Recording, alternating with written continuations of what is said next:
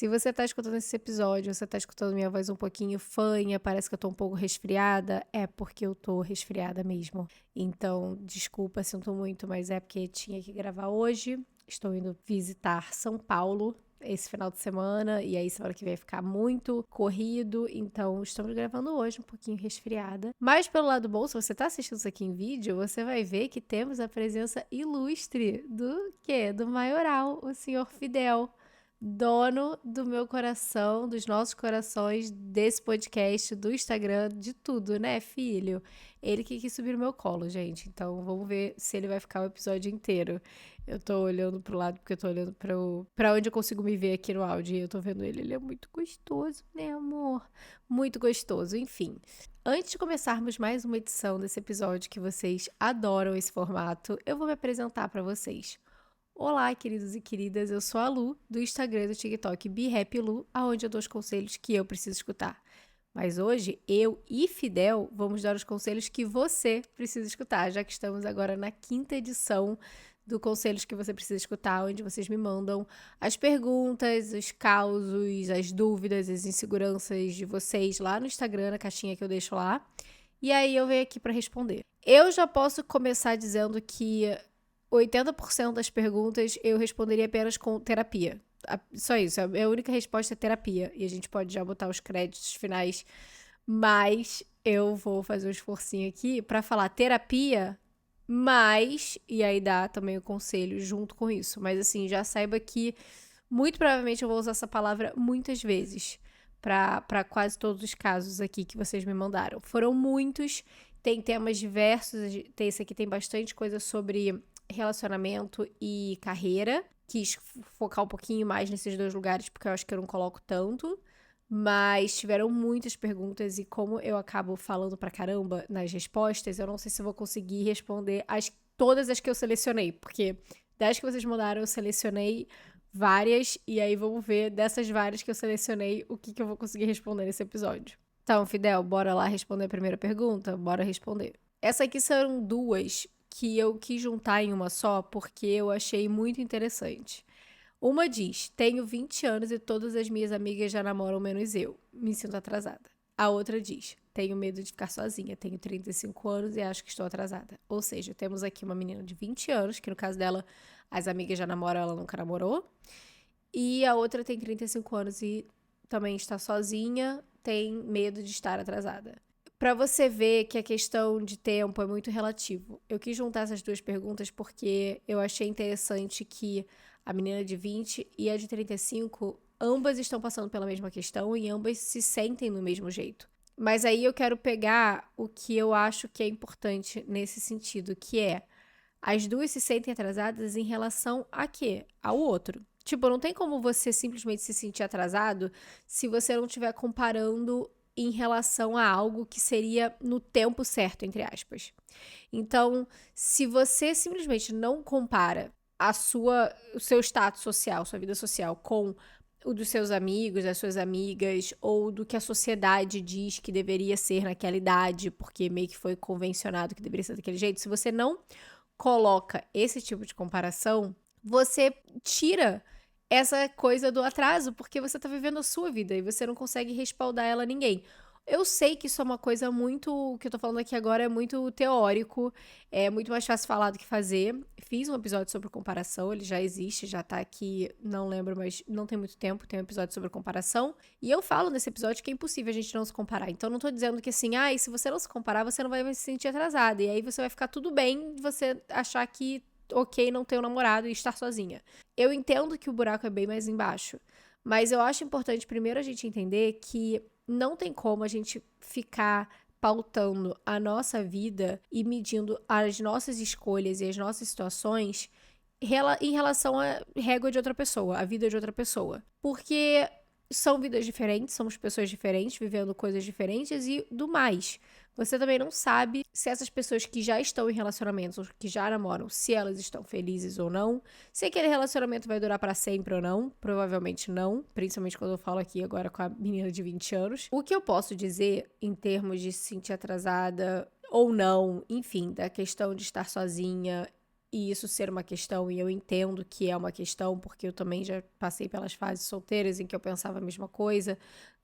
Eu acho que o mais importante, de verdade, é um conselho que eu gostaria de dar, é não apresse encontrar uma pessoa legal pra você, uma pessoa certa pra você. Porque, e isso vale, é o mesmo conselho, eu acho que com intuitos diferentes pra de 20 e a de 35. Pra de 20 anos, eu diria, não se apresse em encontrar uma pessoa legal pra você, porque você nunca namorou.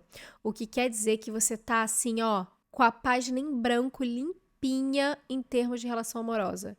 E quem você escolher ou que você começar a se relacionar vai ter um impacto muito grande no que vai acontecer depois desse namoro, depois quando vierem outros. O que eu quero dizer é que o primeiro relacionamento, ele carrega uma importância muito grande, porque é o primeiro que você vai estar sentindo todas aquelas coisas loucas, daquela paixão avassaladora e de se relacionar com outra pessoa. E o que vai acontecer é que se você não tomar o seu tempo pra escolher uma pessoa bacana pra você, sabe? De falar, não, eu quero ter essa pessoa que como primeiro namorado porque ele me trata bem, porque ele gosta de mim do jeito que eu sou, porque eu me sinto segura com ele, porque eu gosto muito de estar com ele, a gente se diverte junto, ele me faz me sentir linda, inteligente, amada, etc, etc. Se você não escolhe uma pessoa assim, e é muito possível que você não vai escolher, eu já vou avisar. Porque, olha, tava nascer uma pessoa que eu conheça que tenha escolhido assim de primeira, certão, o cara maneiro pra namorar. Mas enfim, né? Isso aí é problema da mulher hétero, coitada.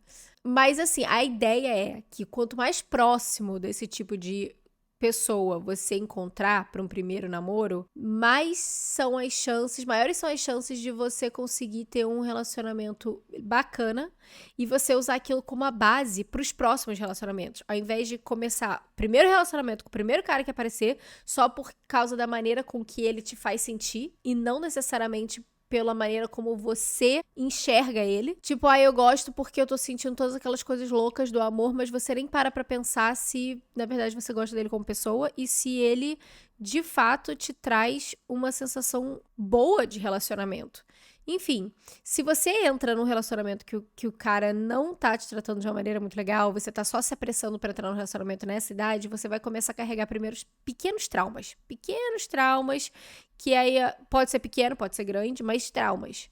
E aí isso vai ficando cada vez mais difícil de desfazer esses nós em relações futuras.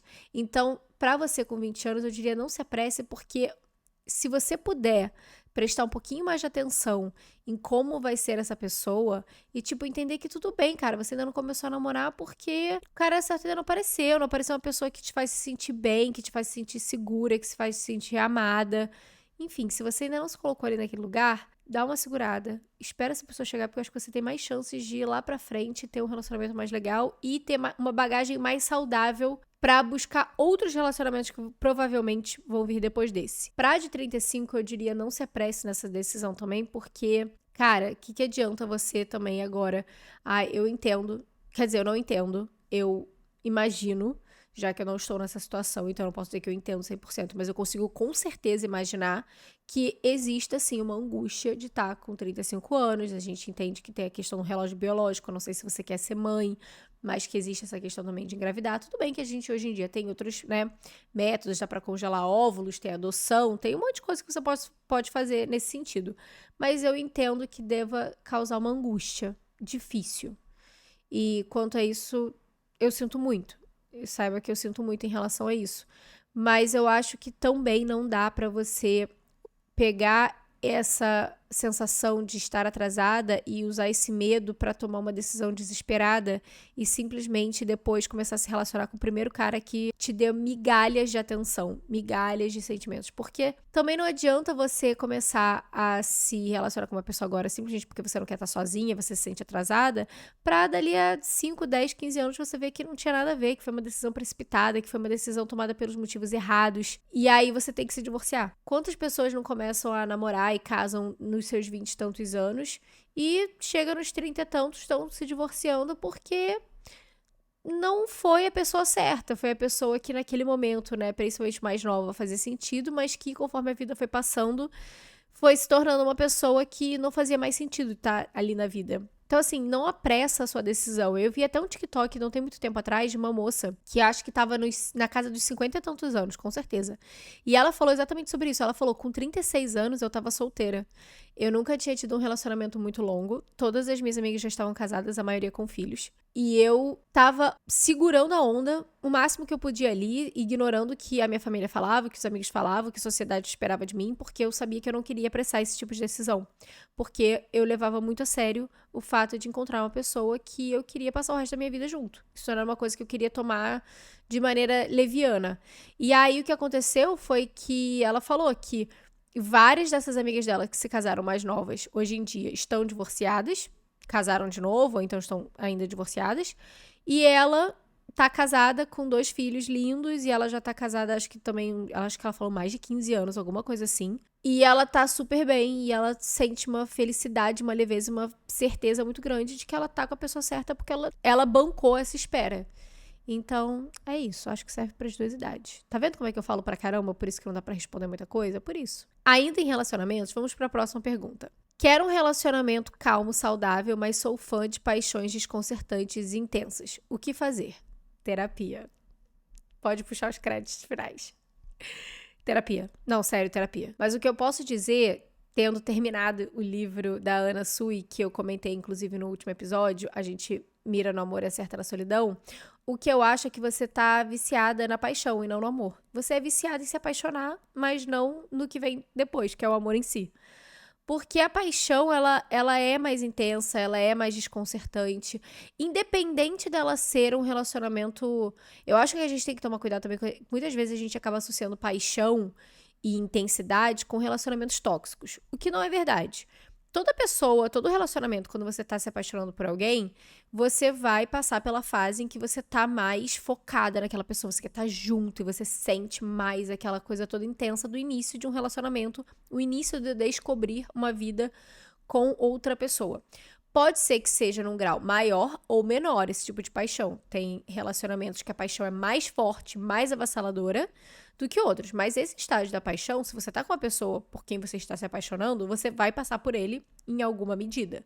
Então você vai passar por essa fase intensa, desconcertante, entre aspas, independente do nível dela. Porque se você for viver a vida inteira assim, você vai acabar, sei lá, cara, ficando doente, deixando todas as outras coisas de lado. É uma coisa que consome, de fato consome tudo, consome todos os outros aspectos da vida. Não é natural, nem saudável para nós seres humanos ficarmos presos nesse ciclo de paixão para sempre. Por isso que ele acaba, por isso que ele tem data de validade. O que não quer dizer que nada sobre disso. Claro que sobra. Falei, inclusive, em outro podcast que, tipo, depois que acaba essa parte da paixão, que vem ao amor. Que sim, é calmo, mais tranquilo, é mais a longo prazo. Não é um tiro, né? É uma maratona. E isso também vai variar dependendo do tipo de relacionamento. Claro que se você tá num relacionamento saudável, muito provavelmente, eu acho que o que acontece é que nesse tipo de relacionamento mais saudável, ele tem muito mais comunicação assertiva e clara desde o início.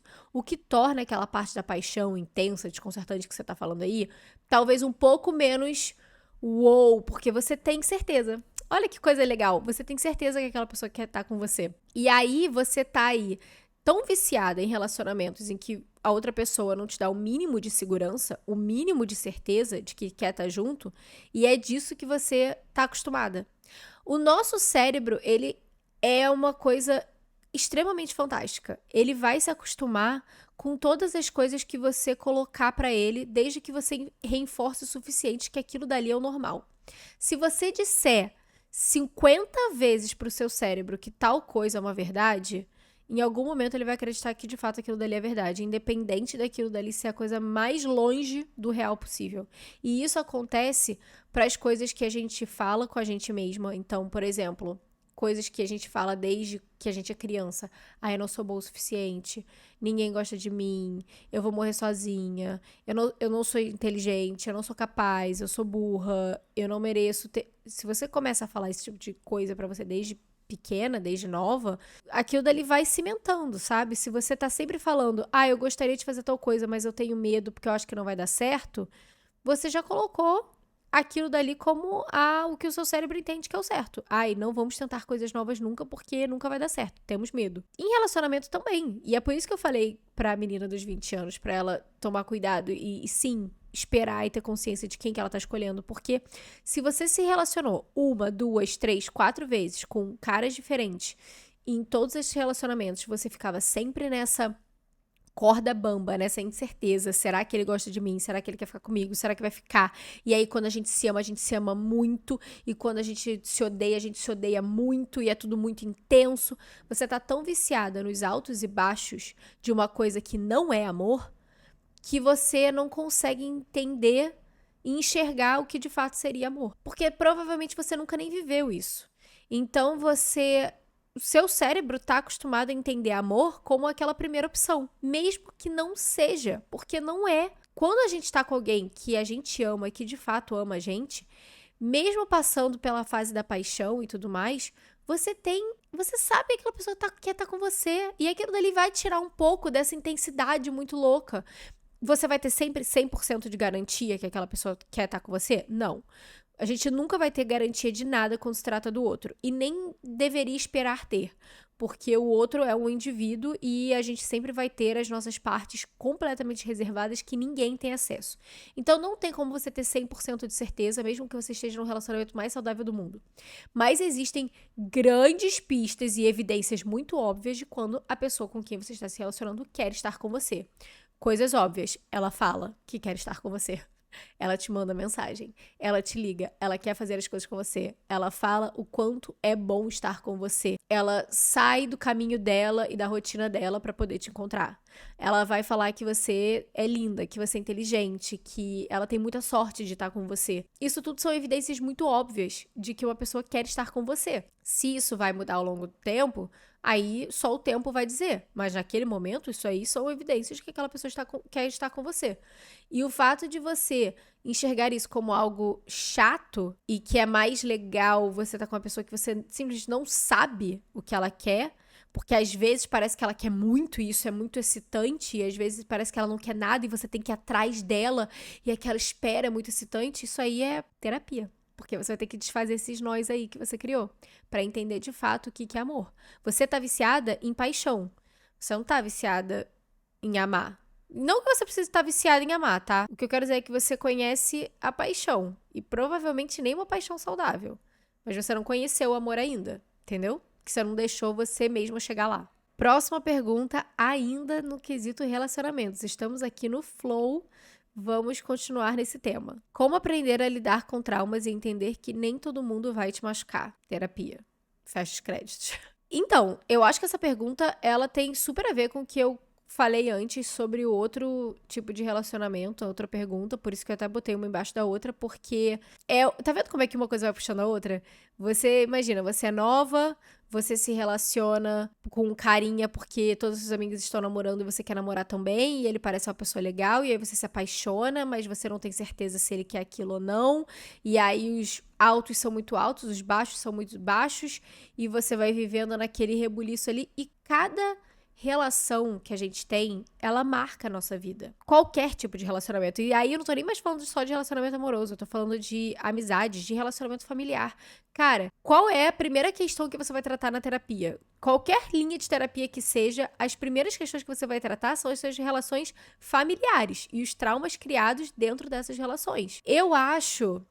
E essa pergunta aí que me mandou foi uma pessoa que eu conheço, e acho que a gente pode conversar no off, porque eu acho que eu também tenho outras teorias pra você, que eu não vou falar aqui, porque eu acho que é muito específico, mas o que eu diria, que aí eu acho que já ajuda mais no geral, é, primeiro que na terapia, e eu sei que você é uma pessoa que faz terapia, conforme a gente vai entendendo os nossos traumas, e esse é o processo terapêutico que é a coisa mais mágica, você vai entendendo os seus traumas, você começa a entender quais são os traumas. Porque a gente fala, ok, eu tenho um trauma, mas às vezes a gente nem sabe o que é.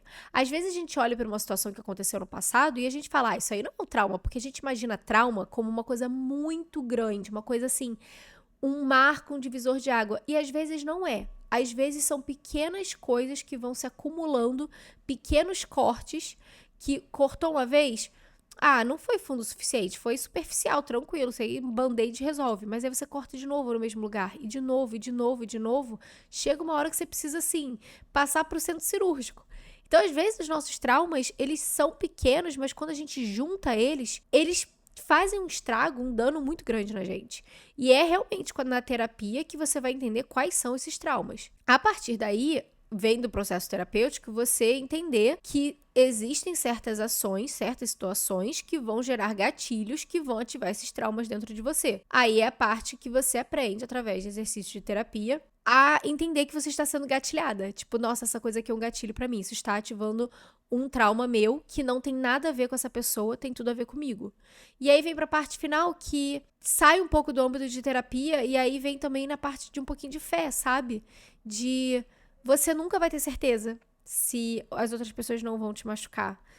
Como eu falei, a gente não tem como ter certeza sobre tudo em relação ao outro, porque nós todos somos indivíduos.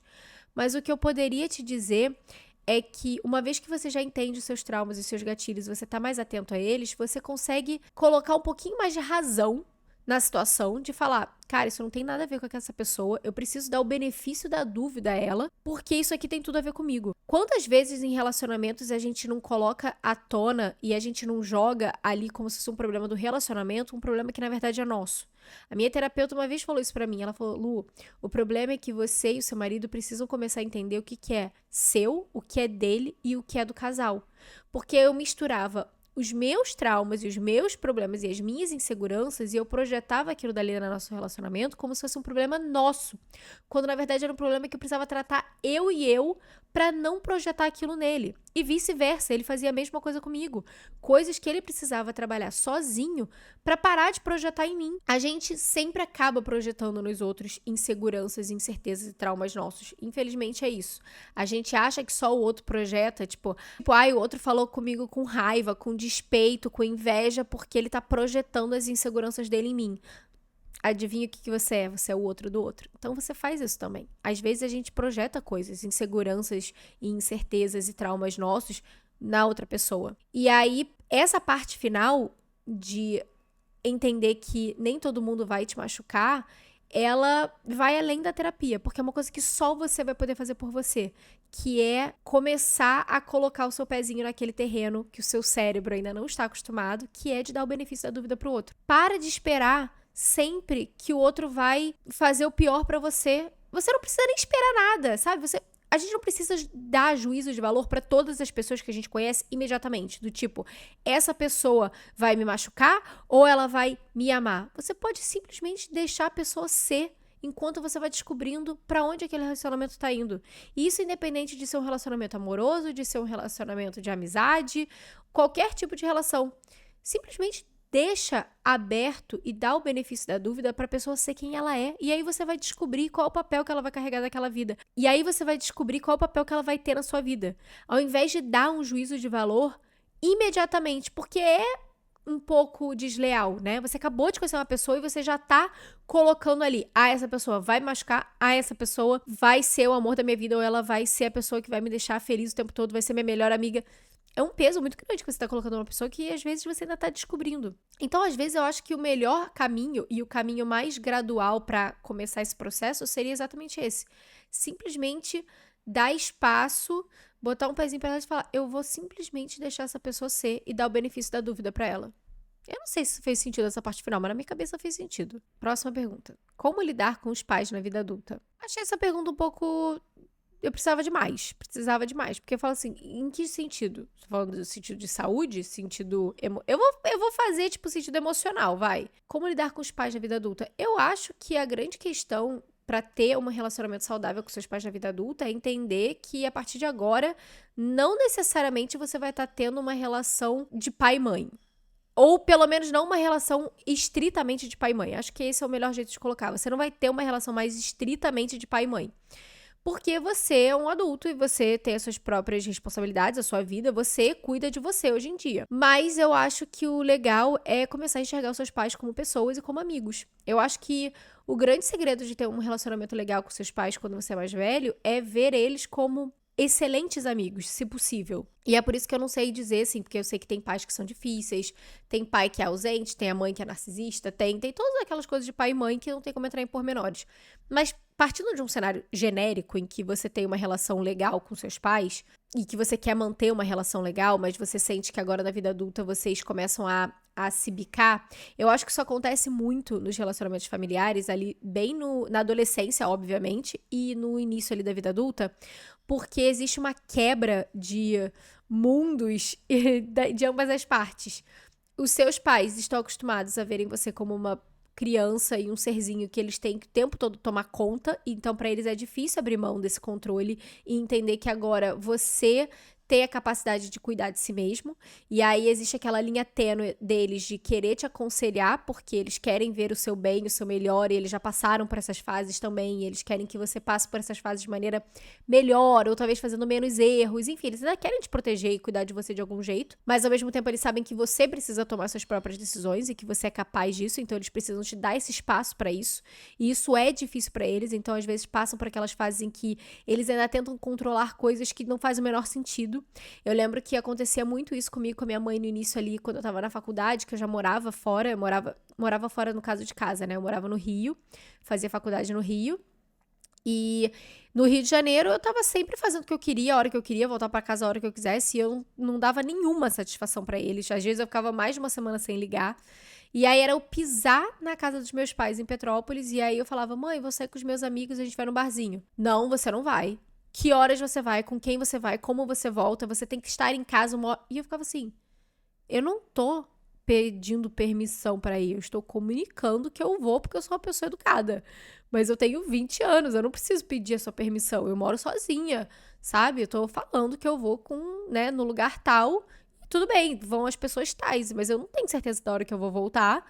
Se eu precisar de alguma coisa, eu te falo. E esse tipo de relação foi muito conturbada pra gente. Do mesmo jeito que pra mim, de volta, e que acontece também com a maioria das pessoas nessa idade, é que você cresce achando que seus pais são super-heróis, que não cometem erros e que sabem de todas as coisas e todas as respostas, e de repente você percebe que eles são apenas pessoas que também estão vivendo a vida pela primeira vez, que estão cometendo um monte de erros, que inclusive cometeram muitos erros criando você, mesmo quando eles tentaram acertar, eles erraram em algumas partes, e você agora vai ter que lidar com esse processo. E aí você fica ressentido, você fica se sentindo traído, como se eles tivessem, mentido pra você sobre toda a experiência deles enquanto adultos. Quanto, na verdade, não. Eles só estavam vivendo a vida deles e quem estava projetando tudo aquilo ali era você, na sua cabecinha de criança, pré-adolescente. E aí entra nessa confusão dos dois lados terem que entender como que a gente ressignifica essa relação de pai e filho, de mãe e filha na vida adulta. E eu acho que o caminho mais saudável é esse, ambas as partes baixarem as expectativas, do tipo, eu, como filho, olhar para os meus pais e entender que eles são adultos, que eles vão cometer erros, que eles cometem erros, e isso não quer dizer de maneira nenhuma que eles sejam pessoas ruins, muito pelo contrário. E buscar eles ainda para pedir conselhos, para pedir carinho, pedir afeto. Eu fiquei muito doente, eu tô resfriada agora. Início do ano eu fiquei mal, assim, muito doente. E a minha mãe veio cuidar de mim. E eu precisava dela, de verdade. E é isso o gostoso da vida adulta. É perceber que, por mais que pai e mãe mude a relação e eles virem mais essa posição de amigos e grandes amigos, melhores amigos, se possível, ainda existe espaço para aqueles momentos em que eles vão ser pai e mãe, você vai ser filho. E eu acho que é um momento gostoso para todas as partes, quando é um relacionamento saudável, né? Eu sei que a minha mãe ficou feliz de ter que vir aqui e cuidar de mim, porque ela sentia falta de cuidar de mim. E meu pai depois me levou de volta pra Petrópolis, porque eu tentei ficar mais 2 dias sozinha aqui, não deu conta. Ele veio aqui, me buscou, levou pra casa, e eles ficaram lá cuidando de mim. E foi uma semana em que eu fui filha e eles foram pais de novo, com 30 anos. Existem esses espaços, mas eu acho que o melhor jeito, no geral, de lidar com os pais na vida adulta é lidando com eles como amigos. Pedindo conselho onde cabe, entendendo que os conselhos que eles vão dar não necessariamente vão ser os conselhos que você precisa seguir, e estando ali por eles também, como amiga, incentivando e aconselhando eles, porque eles também estão perdidos, e abrir espaço para conversas vulneráveis, conversas sinceras, conversas difíceis em que ambos podem chegar e falar um pro outro: eu tô com dificuldade nisso aqui, me ajuda? E isso vai de um lado e do outro. Enfim, é isso que eu acho. Para encerrar esse tema aqui de relacionamentos, vou responder uma pergunta sobre amizade agora. recebi algumas, né? Várias de como fazer amizades na vida adulta. Mas eu recebi uma aqui que era: amigas que eram e são muito especiais, mas passaram muito do limite. Agora, toda vez que encontra, parece que não é a mesma coisa. Porque você sente que elas ignoram partes importantes da sua vida porque não concordam com a decisão que você tomou. Então, o que eu imagino que aconteceu aqui é que você pediu conselho pra elas sobre uma decisão muito importante na sua vida. E aí elas te aconselharam, falaram: amiga, isso aí eu acho que você deveria fazer desse jeito, ou então não faz isso. E elas foram bem pontuais nisso. E aí você foi lá e fez o contrário. E aí elas entraram naquele campo de: ok, você quis tomar essa decisão, beleza, eu não concordo, eu não vou baixar a cabeça pra isso, eu não vou passar esse pano pra você, porque eu ainda acho que não vai dar certo, eu ainda acho que a decisão é errada. E eu só tô esperando a hora de falar, eu avisei. O que eu te diria é que tem 2 caminhos aí nessa situação, tá? E aí você vai escolher o que você achar que é melhor pra você. Eu não necessariamente acho que tem certo e errado. Mas eu entendo o seu lado e eu também entendo o lado delas, porque já estive em ambos os lados. Acho que todo mundo já esteve em ambos os lados. Eu já vi amigas minhas que tomaram decisões extremamente equivocadas 1, 2, 10, 20 vezes em relação, inclusive, ao mesmo assunto. E em todas as vezes era muito frustrante pra mim dar um conselho sobre isso e dar o conselho que eu sabia que era certo, não só porque eu achava que era certo, mas porque era objetivamente certo, e ver depois ela virando as costas e fazendo exatamente o contrário e eu com aquela cara de idiota. E no final das contas, nesses tipos de cenário, depois de muito tempo, elas perceberam por conta própria que a decisão certa a tomar era aquela decisão que eu tinha aconselhado, eu e outras pessoas tínhamos aconselhado antes. Porque às vezes a gente pede conselho, mas a verdade é que a gente vai fazer aquilo que a gente quer no final das contas, né? E por mais que às vezes venham conselhos que são bons conselhos, a gente tem que estar pronto para absorver aquilo, para tomar uma decisão em relação àquilo, para fazer alguma coisa com aquilo. Se você não tá pronta, não adianta seus amigos darem esse conselho e falarem para você fazer X, que você vai fazer Y de qualquer jeito até você estar pronta para fazer o X. Não sei se é esse o caso, pode ser que seja, por isso que eu tô abrindo esse cenário aqui pra você. E nesse cenário, eu queria dizer pra você ser paciente com elas e entender o lado delas também. E aí, eu acho que também é uma questão de respeitar, tipo, ok, eu sei que elas não gostam de eu falando sobre isso, porque elas entendem que é um erro, mas eu não acho que é um erro.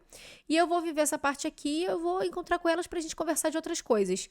E aí você vai colocar elas talvez em uma prateleira diferente, pelo menos agora. Prateleira das amizades, talvez você tenha ela numa prateleira muito alta, tipo assim, alta, mais alta, porque elas são a sua prioridade. Talvez elas venham agora para uma prateleira de baixo, em que você encontra para falar sobre várias coisas, mas esse aspecto aqui não cabe mais se você quer manter essa relação, porque você sabe que de todo o resto ainda existe amor, apoio, etc. Que, claro, se você precisar muito falar sobre aquele assunto, elas vão escutar, tenho certeza. Ou então você pode partir pro plano B de colocar elas numa prateleira ainda mais embaixo, do tipo, temporariamente eu prefiro me afastar, eu prefiro focar em outras amizades da minha vida, porque eu quero estar cercada de pessoas que me apoiam em todos os lados. O que é justo também, porque eu acho que quando a gente tá falando de relacionamento, de amizade, eu acho que qualquer cenário desses vale desde que você esteja se sentindo bem com as pessoas com quem você tá se relacionando e vice-versa. Então, eu acho que existe a questão de quanto mais velha a gente fica, mais a gente vai mudando e as outras amizades vão mudando, principalmente quando a gente tá falando de amizades de longas datas. E às vezes isso realmente não se sustenta. Eu tive uma outra pergunta aqui que falou, tipo, de amizades que de longa data que agora parece que não estão mais fazendo sentido. Isso é absolutamente natural, todo mundo passa por isso e é muito triste, mas é uma coisa que a gente vai ter que passar mesmo por isso e que às vezes é uma questão de buscar novos laços. Eu já falei tanto isso em outros episódios sobre amizades. No episódio da semana passada, que eu falei sobre 1 milhão de assuntos, eu falei sobre isso também. E eu falei de encontrar amizades na vida adulta em lugares cujas pessoas têm interesses semelhantes ao seu, sabe? Então, buscar um clube de assessoria, um voluntariado, um clube do livro, uma academia que seja menor e você consiga conhecer as pessoas, e sair com uma amiga quando ela for sair com outras amigas dela, porque aí você conhece as outras amigas dela e aí às vezes vocês ficam amigas também. Nossa, já fiz muito isso, tá? Super funciona. Do tipo, você tem uma amiga e ela vai sair com os amigos dela. Aí você vai junto, mesmo conhecendo só essa sua amiga. Cara, é impressionante como você conhece gente legal assim. Tá aí um bom conselho. Mas voltando pra isso, A grande questão é que, tipo, talvez seja só uma fase que vocês estão passando agora, talvez as coisas com o tempo melhorem, e às vezes é só uma questão de você ressignificar essa amizade mesmo que temporariamente, sabe? De ou você aceita que e respeita a escolha delas de não querer falar sobre isso porque elas realmente acham que é um erro e elas não querem te ver indo naquele caminho, então você vai encontrar elas pra falar sobre outras coisas. Ou então você simplesmente dá uma afastada agora, sabe? Existe também a possibilidade de você ter uma conversa sincera e falar, olha, eu acho chato que vocês não falarem sobre isso, porque eu entendo que vocês não concordam, mas é uma parte importante da minha vida. Tudo é válido. Eu acho que eu não dei conselho nenhum aqui, mas eu abri várias portas aí pra você pensar. Agora vamos falar um pouquinho sobre carreira. O Fidel não tá mais aqui porque o Steve chegou em casa e aí o Fidel decidiu que queria ficar com o Steve. Então o Fidel foi embora. Culpem o Steve. Não tem culpa nenhuma disso. Entrando agora, primeira pergunta de carreira. Eu escolhi essa, mas sinceramente eu recebi um copia e cola em versões um pouquinho diferentes disso, em 1 milhão de perguntas diferentes. Então a gente vai usar esse caso para tratar de todos os casos que foram iguais a esse caso, trocando apenas detalhes, tá? Recomeçar a carreira aos 31. Era servidora pública em um cargo com péssimo salário e em um órgão que me adoeceu mentalmente. Pedi exoneração para viver um sonho, não me arrependo, mas agora quero voltar a estudar para concurso. Me sinto perdida. Aí eu já vou puxar um gatilho que a outra falou. Deixando o trabalho que não me traz felicidade para ficar desempregada e buscar algo. O que eu diria, e aí vai ser um conselho geral, tá? Para as pessoas aqui que estão nessa questão de estar em crise de carreira, um trabalho que deixa muito infeliz, quer trocar de trabalho. Algumas já pediram demissão, já vão passar para o próximo passo, outras ainda estão pensando. Não tem certo e errado, mas eu acho que existem jeitos melhores, assim, mais seguros, talvez, de passar por isso.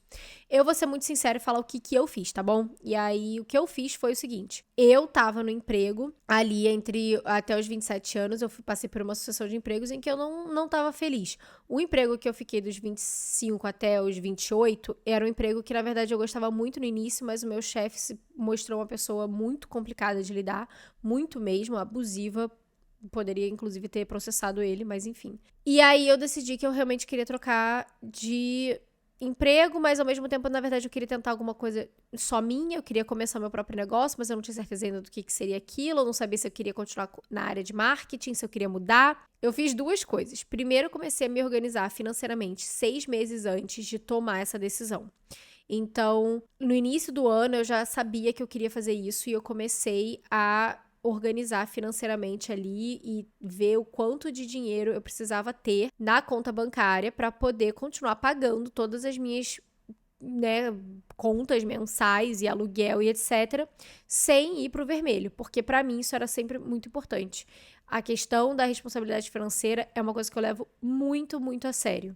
Eu vi os meus pais crescendo, eles sempre tiveram restaurantes e o comércio é uma área extremamente volátil, então tinham anos que eles estavam super bem, a gente estava super bem, tinham anos que estava dando tudo errado e a vida mudava muito rápido e esses altos e baixos financeiros tinham implicações pessoais na nossa família, de saúde, de relacionamento, e eu não queria aquilo pra mim, eu nunca quis isso pra mim. Então, não ter dívidas sempre foi, tipo, a coisa mais importante. E aí, eu comecei a estudar essa ideia e eu sabia que eu precisava ter uma quantidade X de dinheiro que pelo menos me mantivesse por 6 meses que fosse do momento que eu pedisse demissão.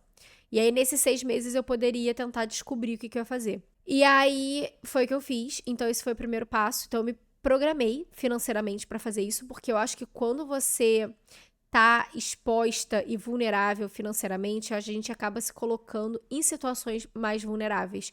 E eu falo em relacionamento.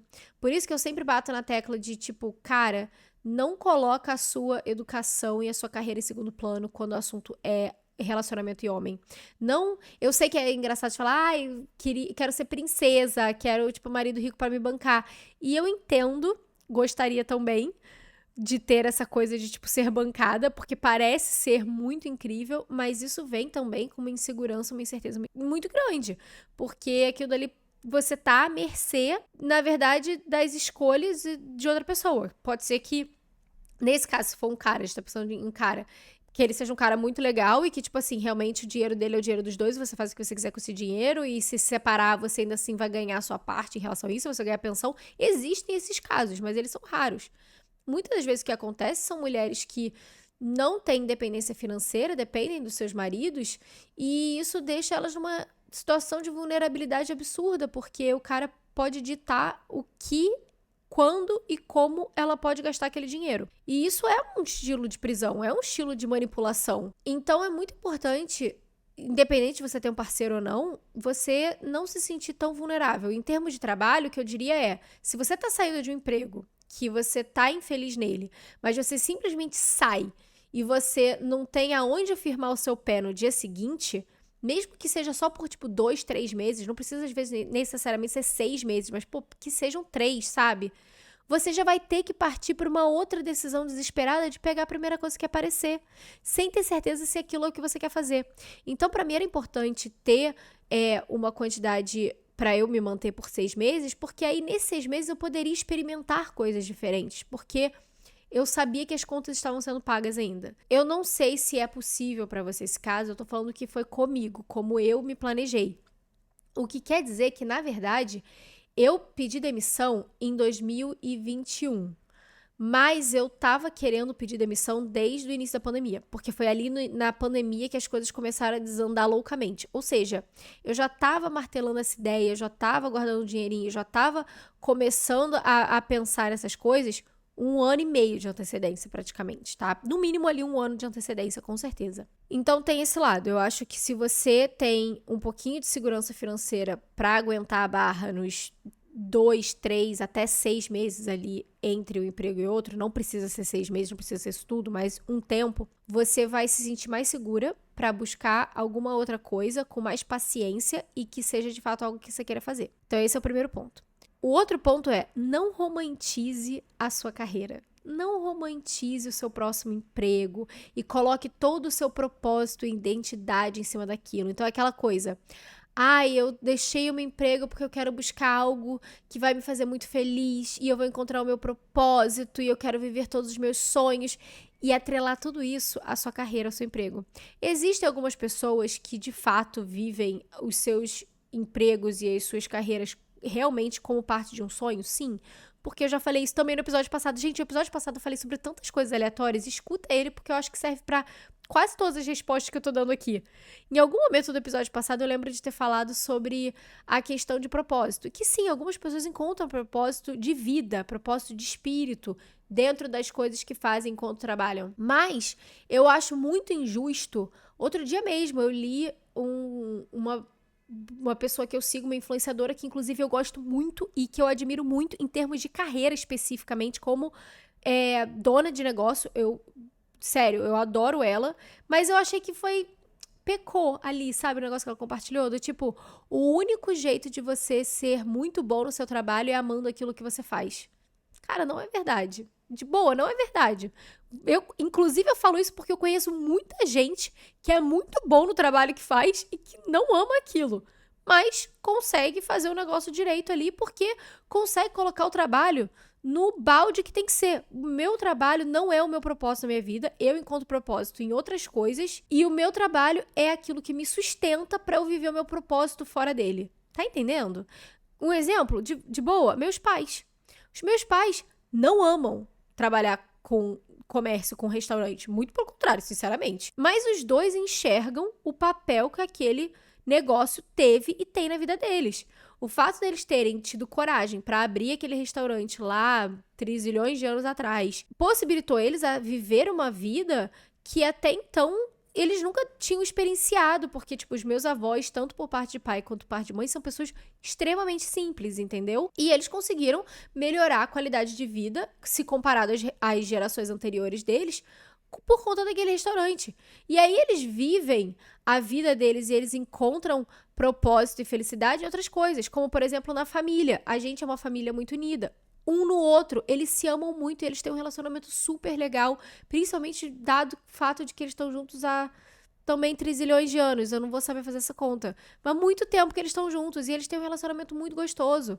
Eles sabem que o trabalho deles, por mais estressante que seja, é o que paga as contas para eles terem a casa que eles sempre sonharam em ter, para fazer a viagem que eles sempre sonharam em fazer e viver a vida deles. E é isso. Às vezes a gente coloca uma romantização tão grande e um peso tão grande em cima daquilo que a gente vai fazer, e é isso que deixa a gente frustrado. E às vezes um trabalho que nem é um trabalho ruim, é um trabalho legal, um trabalho que vai ter estresse. Gente, não existe trabalho sem estresse. Eu tenho meu próprio negócio, tem dias que eu tenho vontade de pegar o computador e tacar ele pela janela. É muito legal ter o seu próprio negócio, é muito legal ter essa ideia de que eu posso fazer muita grana, mas ao mesmo tempo também tenho estresse de saber que talvez no mês seguinte eu não faça muito comparado ao mês anterior. Então fica aquele vai e vem também um pouco mais volátil, bem menos do que comércio, obviamente, porque eu não trabalho com vendas. Mas existe a incerteza, sim, né, do quanto que vai vir e tal. Existe a questão também de que não existe folga, tá? Quando você tem o seu próprio negócio. Então, às vezes eu sinto falta. Eu fui fazer essa viagem pra Chapada dos Veadeiros início do mês e eu falei pro Steve, eu falei, cara, às vezes eu tenho vontade de voltar a ser CLT pra poder ter minhas férias e simplesmente poder tirar as férias, porque eu tava há 2 semanas trabalhando insanamente, de 8 horas da manhã até 10 horas da noite, todos os dias da semana, pra poder tirar uma semana de folga. E mesmo durante a minha semana de folga, eu ainda olhava o WhatsApp ali, respondi um e-mail e outro, falei com o cliente no telefone uma horinha ali, porque não dá pra se desligar 100%, sabe? E às vezes eu penso nisso, eu falo, caraca, será que eu quero fazer isso pra sempre? Não sei. E aí também tem isso, eu não sei. Pode ser que um dia eu queira voltar a trabalhar em uma empresa. Não sabemos. A grande questão é não romantizar, porque todo trabalho, independente de você ser chefe ou funcionário, independente de você gostar muito do que você faz ou não, e eu sei que tem ambientes que são extremamente tóxicos e que roubam total a nossa alma, felicidade, saúde física, mental, porque eu vivi isso. Então, eu não tô dizendo que se você tá infeliz no seu emprego, você tem que continuar nele, porque todo trabalho tem os seus estresses. A gente sabe o que é estresse de trabalho e o que é completamente insalubre. A gente sabe a diferença. Então, não tô falando pra você continuar no seu emprego se estiver ruim. O que eu quero dizer é, não deposite todas as suas expectativas de que o próximo passo, o próximo emprego, o próximo concurso, o próximo qualquer coisa, vai resolver todos os problemas da sua vida e você vai ser muito feliz naquilo o tempo inteiro, porque não tem como. Não dá pra gente ser feliz o tempo inteiro em nenhum aspecto da nossa vida pra nada. A gente vai oscilar. Então, o que eu diria é, talvez você esteja colocando muito peso em encontrar o trabalho perfeito que vai te deixar muito feliz e te trazer muito propósito, quando na verdade, talvez você seja uma pessoa, como a maioria das pessoas, cujo trabalho seja um trabalho que vai te trazer a renda que você precisa para viver uma vida super legal e super feliz e com propósito fora dele. Eu enxergo o meu trabalho assim, e isso me trouxe uma relação de paz muito maior com ele, para conseguir segurar a onda quando eu tô estressada e de não querer jogar tudo pro alto, e para ficar grata por ele existir, porque eu sei que ele é o que provém a vida que eu gosto de ter, e eu encontro muito propósito fora dele, entendeu? Antes de terminar esse episódio, que já tá imenso, eu vou responder uma última pergunta que foi uma amiga minha que me mandou e eu achei muito legal. Não tem a ver com relacionamento ou carreira necessariamente, ela é mais generalizada. Se você pudesse se dar um conselho em qualquer fase da sua vida, qual seria e quando? O conselho que eu me daria em qualquer fase da minha vida seria: isso não vai ter o mesmo peso daqui a um ano que tem agora. Eu acho que eu entro numa frase maior. Eu acho que não dá pra resumir em uma frase só, mas a questão é, tem muito a ver com o que eu falo em vários vídeos e vários episódios do respira fundo, se leva menos a sério. Isso aí que parece um grande problema agora, muito provavelmente não vai ser um problema daqui a um ano. Se for, você vai conseguir resolver esse problema, do mesmo jeito que você já resolveu problemas antes. Nada ou quase nada é tão sério pra tirar a sua paz de espírito, sabe? Olha pra trás, olha pra todos aqueles outros momentos em que você ficou super chateada, super estressada, super irritada, achando que aquilo dali ia ser o fim do mundo, ia ser o fim da vida, e não foi. Não foi o fim de nada, porque você soube lidar com aquilo. Você tá bem, você tem todas as ferramentas pra conseguir lidar com as situações e os obstáculos conforme eles aparecem. Então, tenta levar as coisas um pouco menos a sério. E aí eu diria quando? Qualquer idade. Qualquer idade seria isso. Pra qualquer coisa que eu esteja colocando muito peso cara, leva um pouco menos a sério. Tá tudo bem. Isso aí muito provavelmente não vai ser uma questão daqui a um ano. Do mesmo jeito que quase nada do que passou antes foi. É isso, gente. Espero que vocês tenham gostado dessa edição. Faltou muita pergunta. Sempre falta. Então eu acho que o podcast deveria ser um podcast à parte. só de responder perguntas de vocês, porque sempre tem muitas que faltam. Mas enfim, espero que vocês tenham gostado dessa edição. Se você gostou, compartilhe com as suas amigas, passa aí pra frente, às vezes tem alguma que precisa escutar alguns desses conselhos. E me conta aí o que você gostou desse episódio, qual foi o conselho que você mais gostou de ouvir. Espero que você tenha gostado. Até semana que vem. Beijo e luz. Tchau!